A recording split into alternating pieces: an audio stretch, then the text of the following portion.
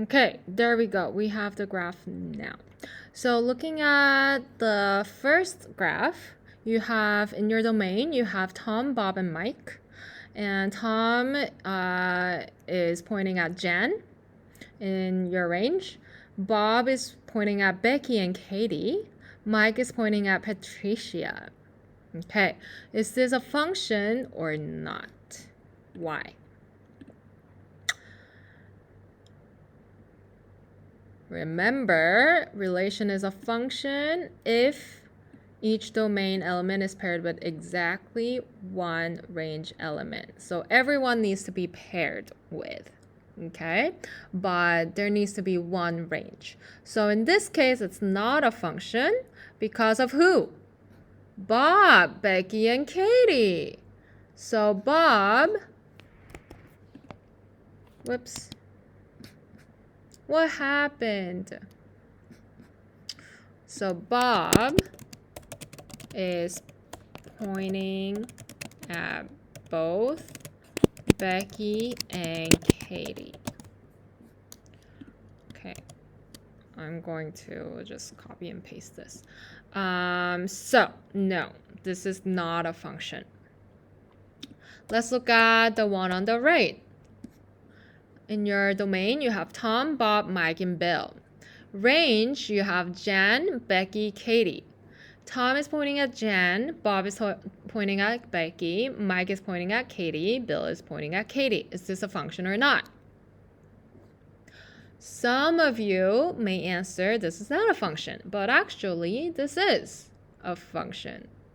Why? So look at your function definition. Each domain is paired with exactly one range element. So every domain needs to have a pair to one range element. So Tom has a pair, one range. Bob has a pair, Becky one range, one answer. Mike has a pair, Katie. Bill has a pair, Katie. If you have the same Katie, it doesn't matter. It's fine as long as each domain is paired with one range. Okay? But if you have one domain pointing at two different answers, there can't be two different answers. There needs to be one answer. So if Mike is an input, Katie is an output. Bill is an input, Katie is an output. And that's it. So that works. Because, why is this function? Because each element in the domain has exactly one output in the range. One element. Let's word it differently. And the domain is paired with exactly one output, one element in the range. Okay, so this is the reason.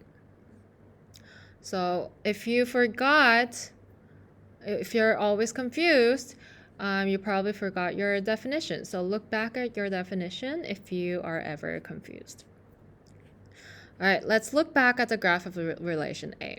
If one x value is paired with two y values, blank and blank, is it a function or not? If one x value is paired with two y values, you have two answers. It is not a function, okay? It can happen, but it's just not a function. So if you look at it visually, you will see that one point will be above another, will be directly above another. So you can do something called vertical line test for your function. If a vertical line passes through 2 points on the graph of a relation, then the relation is not a function. Okay? So you move your hand to the right, but place your hand vertically. And then see if you can see any point that's in the same line. So these 2 points will tell you this is not a function. Okay? All right, let's look at function notation. So you are going to input x into your function.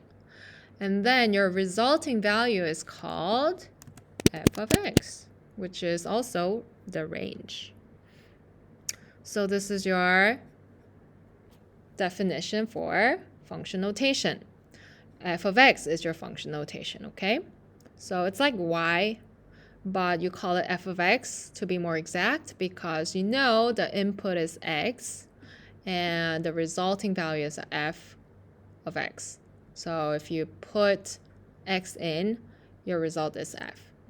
All right, example 6. So pre-algebra notation and algebra 2 notation we're gonna compare. Okay, so y equals 3x squared plus 2. Find y when x is equal to -5. You're probably used to this, right? So what's your first step? Remember to substitute your x. So negative, you have 3 times, you're going to write the equation exactly as it is, but you're going to replace x with -5. So you have 3 times -5 to the power of 2 plus 2. And then you have y equals 75 plus 2. And then you have y is equal to 77. So when x is equal to -5, the result is y equals 77. Algebra 2 notation is exactly the same. You're just going to write y as f of x because that's technically your output. And so your input is x, and if you plug in -5 in, so to be more technical, you're going to, let me insert my function. Okay. F of -5, we're gonna substitute x with -5, right? So instead of f of x, you have f of -5. So we're gonna write a function when we input -5 in. That's what this f of -5 means. 3 times -5 to the power of 2.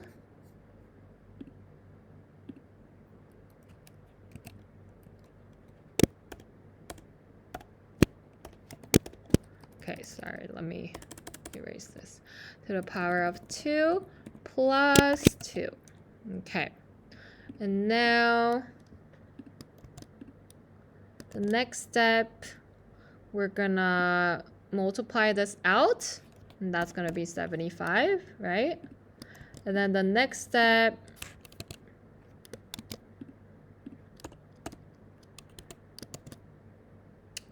this is equal to 77. So this is your answer. You just change it to be more exact, right? It's more accurate to say f of -5 is equal to 77 instead of saying y is 77. We're expanding it a little bit more. So technically, it should mean that when we put an input into a function, the result will be 77 is what this function notation means. Okay, so these two, they're the same thing. They both say the same thing, but function notation is much more elegant and accurate.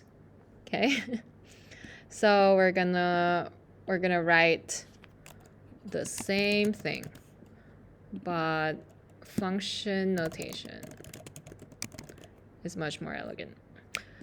So visually, you have a function machine. You plug in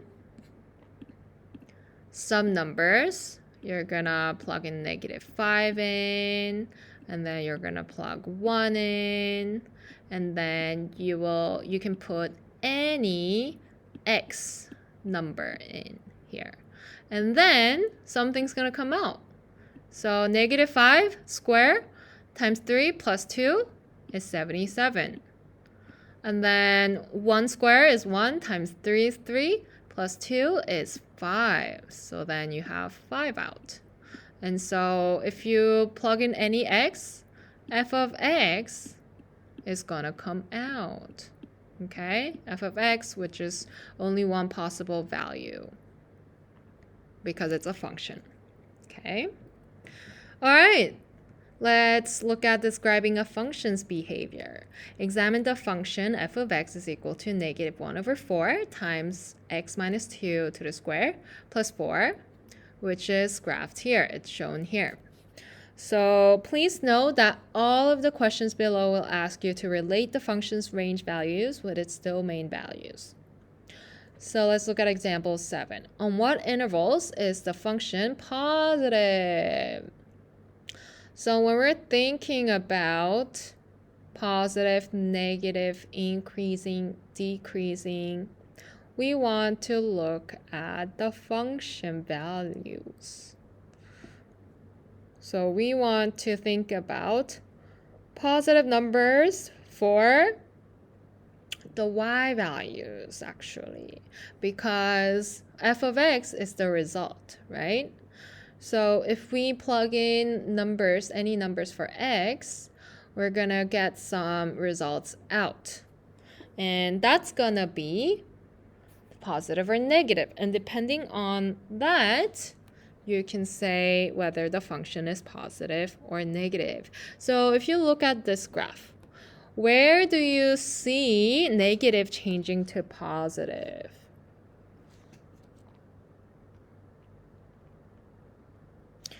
You see this point, right? You see all the y values that are negative here. And then at this point where x is -2, your y value changes from negative to 0. And then after that, it's all going to be positive. So this part is going to be positive. Then this part is negative.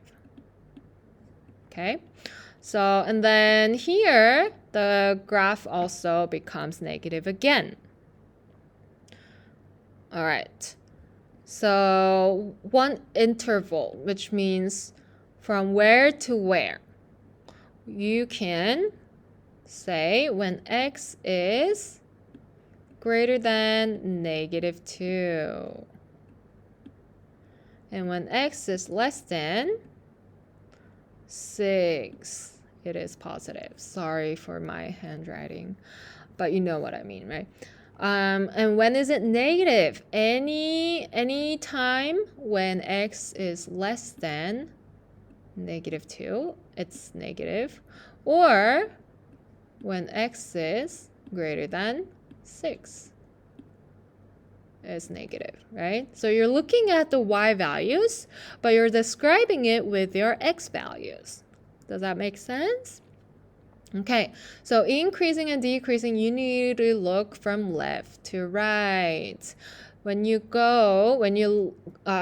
move your points on the graph from left to right, it's increasing if you go up from left to right. It's decreasing if you go down. So obviously, at this point, that's the peak, right? So from left to right, you go up on the left side, right? So from here to here, this is increasing. From here to here, you're decreasing. So at this point, which is when x is equal to 2, it's gonna change directions. So I'm gonna type. So it's increasing for all x values less than 2. Okay. And then it's decreasing when x is greater than 6. Okay, there are multiple ways to write it, but they all mean the same thing. So you can write it out for all x values less than 2, or you can say when x less than 2. Or you can, so for this one, you can also write it out for all x values greater than 6. All right, let's look at x-intercepts. Find all x-intercepts. So x-intercepts by definition is when your graph touches or intersects your x-axis. So your x-intercepts, you see these points right here?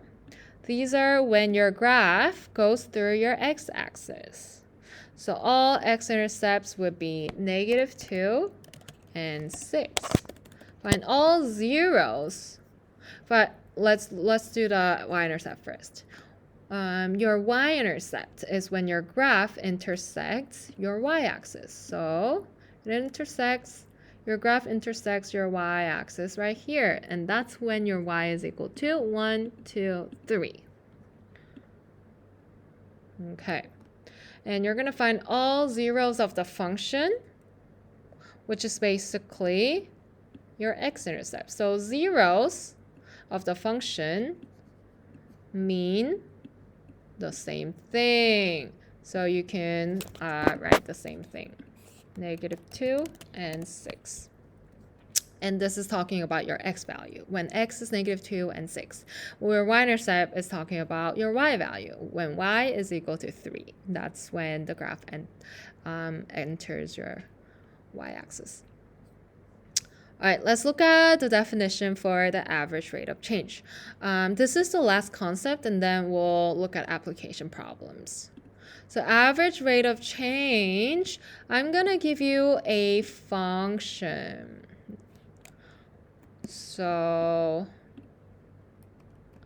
your average rate of change, what's another word to describe an average rate of change? What is average rate of change? It is a slope, but average rate of change is talking about your average for y values in an interval and the average for your x values in an interval. And this is basically your rise because it's a difference between your y values. That's your height, difference of your height. Rise over run. Okay.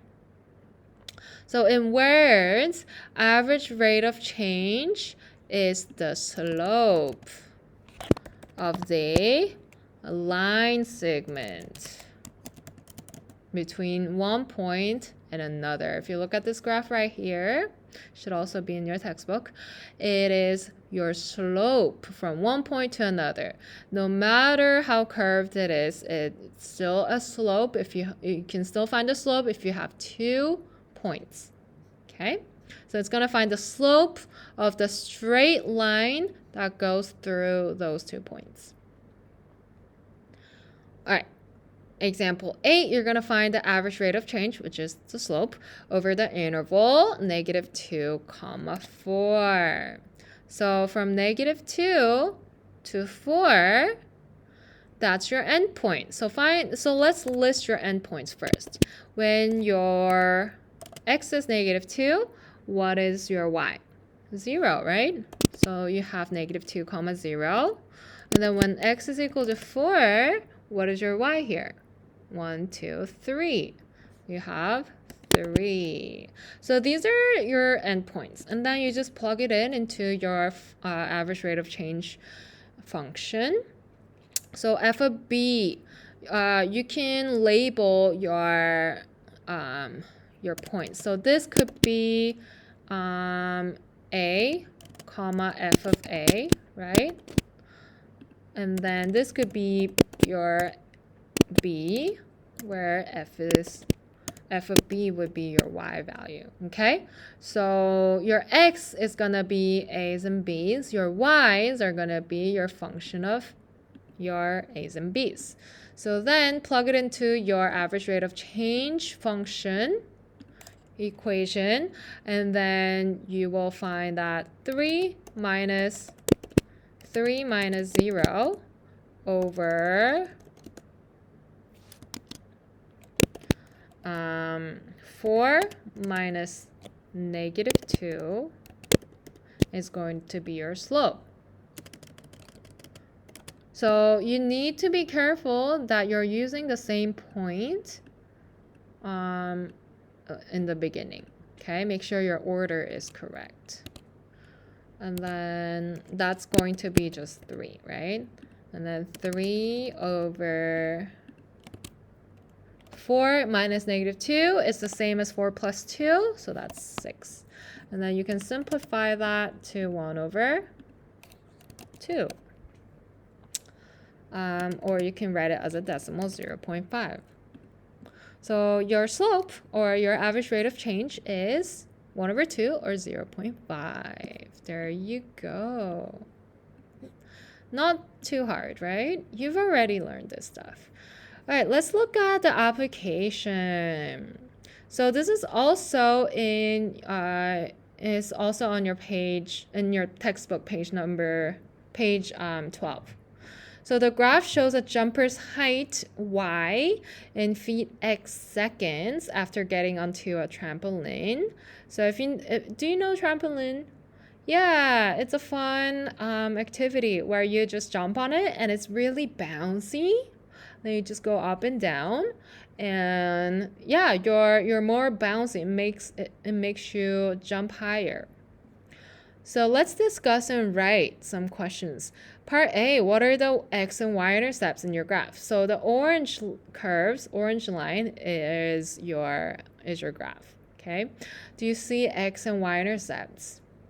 I see a lot of x-intercepts here, here, here, right?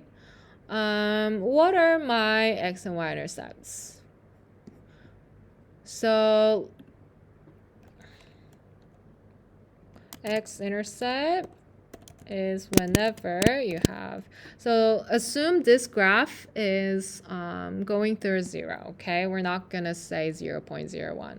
So, or actually, let's try to be as accurate as possible. That's 0.5, 0.4, 0.3, 0.2, yeah, so that should be 0.25, 0.12. So yeah, let's say 0.05, okay? And then comma 0. And then you have 0. What is that? So that is close to, it's going to be 0.65 and 0.625. So that's going to be closer to 0.7 and comma 0. And then let's do 0.8 comma 0 and so on. And then we can keep moving on. And then we have 1, comma 4, comma 0, and then we have 1.55, comma 0. Let's do 4, 5 here. So the idea is that we know what the x-intercepts are, okay? And then sometimes the graph will not show you accurate answers. You just try your best, and that's fine. And then do we have more? Yeah, we have one more. So this one is 2.25. So that should be closer to 2.2, comma 0. All right. What about your y-intercept? Whoops.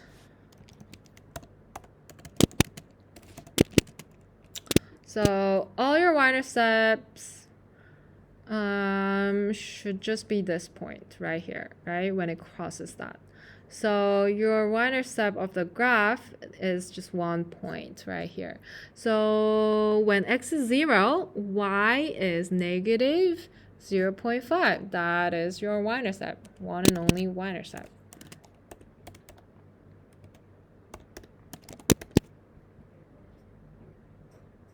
So explain what the x and y intercepts represent. So at these times, what happened? You're jumping, right? You're jumping. And then for the x-intercept, that just means you're going through the natural height when they're not jumping. And then the y-intercept is when you go below, and this is the lowest point you go, and then you bounce off again. So if this were a ground, then x-intercept would represent the ground, right? So at these points, at these times, the jumper was at ground level.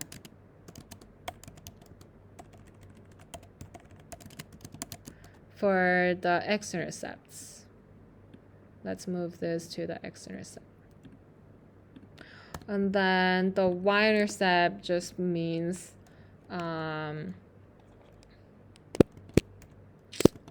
it just means the lowest height the jumpers go, or in the beginning.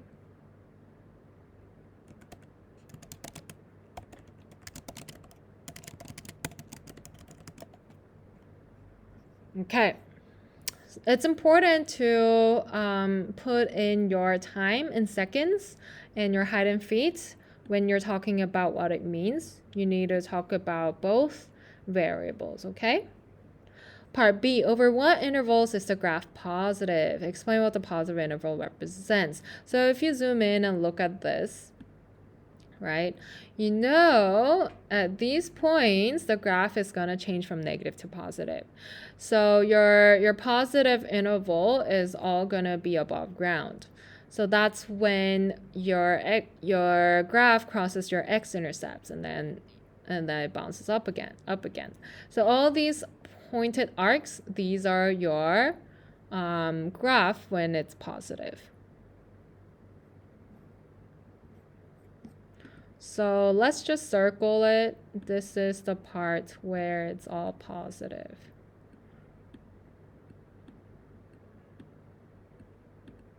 And then these are the part when it's negative. Let's explain what they mean. So when the graph is positive, the jumpers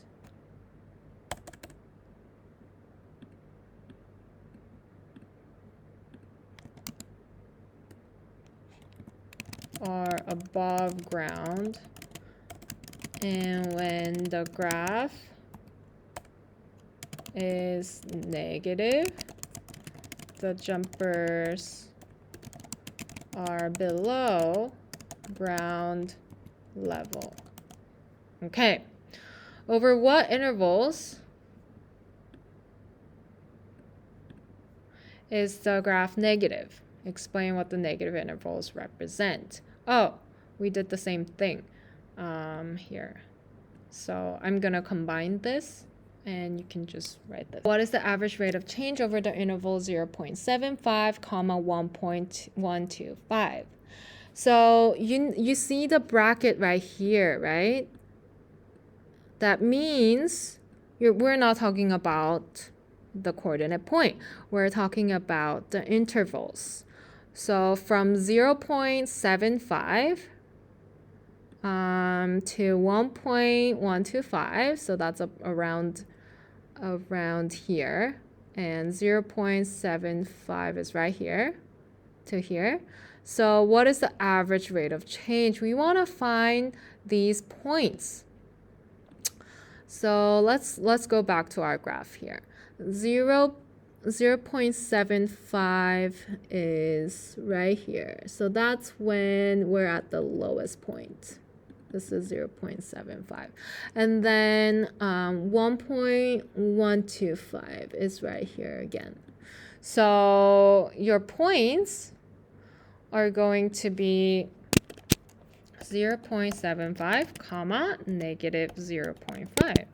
And 1.125, comma, negative 0.5. The average rate of change, if you use the equation, you remember to label them if you're confused with that.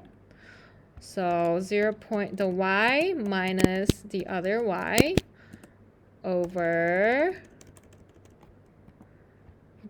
the x minus the other x, 0.75. And then that's just going to give you 0, right? So what does this mean? It means it never changed. Your slope didn't change. It's just flat. So it means the slope is 0. There is no change of height. So which means between the interval 0.75 and 1.125 seconds, your height is the same.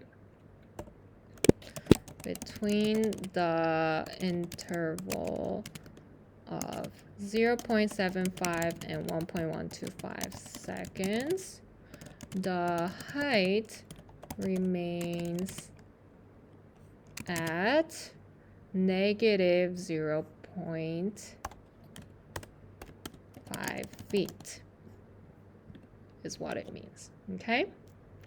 All right, so that was our first big lesson, key features of functions in Unit 1. So in order to check your understanding, please try to explain and identify the nature of functions in many forms using good notation.